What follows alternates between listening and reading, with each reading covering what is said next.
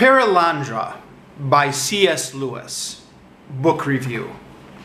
So this is continuing on in the Space Trilogy by C.S. Lewis. I had previously reviewed Out of the Silent Planet, which was the first book in the series, and this is the second book in this series, Perelandra.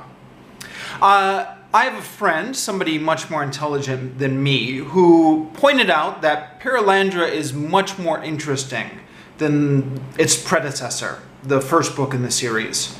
And I think he's right.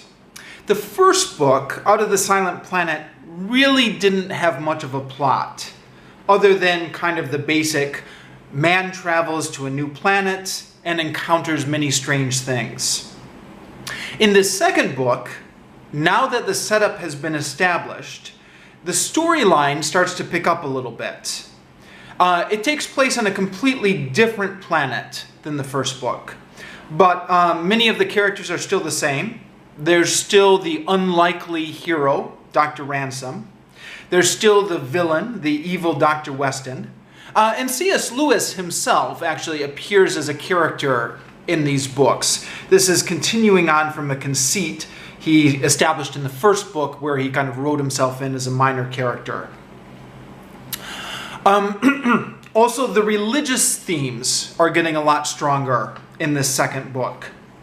In the first book, there were some slight references made to God and Dr. Ransom's religious faith. It was kind of like the Narnia Chronicles, where the religious overtones were there, but if you weren't especially religious, it was still possible to ignore them and enjoy the story for its own sake. The second book, though, is very explicitly about spiritual warfare. It's spiritual warfare that's taking place in outer space, it's on a different planet, but it's a book on spiritual warfare. Now, I grew up in the church, so I was somewhat familiar in my youth with the genre of Christian publishing. And there were a lot of Christian fiction books that explored spiritual warfare. The Frank Peretti series was popular when I was in high school. He's a Christian writer who writes spiritual warfare series about angels and demons fighting. I think I had to read this Present Darkness as a book I was assigned in high school. I went to a private Christian school. A lot of this stuff, writing about spiritual warfare, and I'm going to include Frank Peretti in it, is terrible.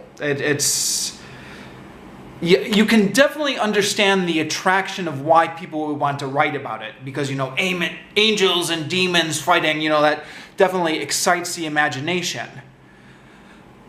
But it's difficult to write about it well, even though the concept is inherently appealing.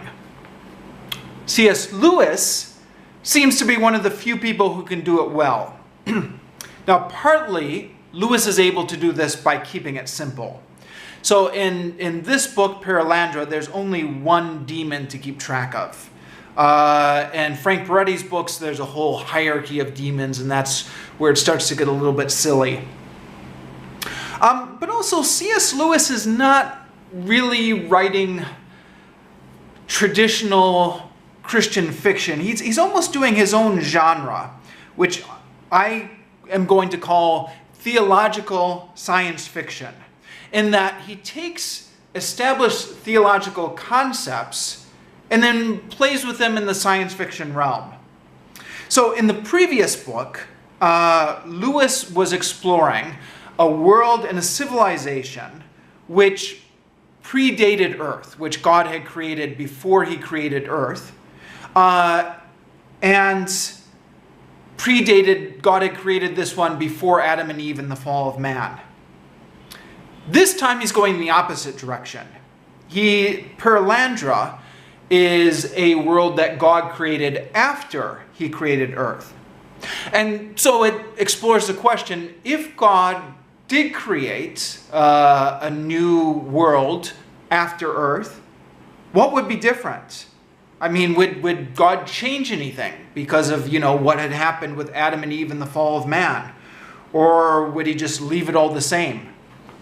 In this new world, the story of the Garden of Eden and the temptation story is reenacted, but this time it's in a different setting, and without spoiling anything, the results end up being different. I didn't agree with everything in this book. At this point in my life, I'm an agnostic, but I found it possible to enjoy the book while still kind of just ignoring what I disagreed with, or not ignoring it, you contemplate it, but you can enjoy this book even if you're not a Christian. Lewis has gotten a lot of criticism for his portrayal of gender roles in this book. At various points in this book, he seems to be implying that God has assigned women the role of housekeeper and childbearer, and that any temptation on the part of women to go outside of these roles is the devil's handiwork. That's kind of Satan's temptation. It's not a big theme in this book, but it's there. At the time I originally reviewed this book, I wrote, I suspect that it wouldn't be such a big deal if Lewis wasn't already under fire for his portrayal of women in his other books. It's about what I expected from a book written in the 1940s. I'm sure it would be different if it were written today. Now actually, I'm doing this in retrospect, kind of going through my old book reviews.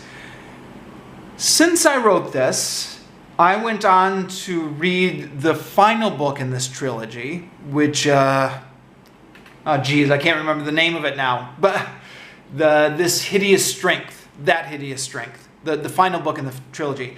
And in the final book in the trilogy, Lewis gets a lot more polemical about the role of women, which made me realize I was a little bit too nice to him in this review when I said, oh, okay, it's there, but it's a small thing. It expands into a much bigger theme in the third book. I am told, however, I never did bother to research this myself, but I am told by friends, people who commented on my reviews, that he did evolve kind of on this issue near the end of his life and became more reasonable about it later. But yeah, certainly it's a small thing in Perelandra and it expands in the final book. So yeah, I guess you need to take the good with the bad with these books. It's still fascinating reading in spite of that.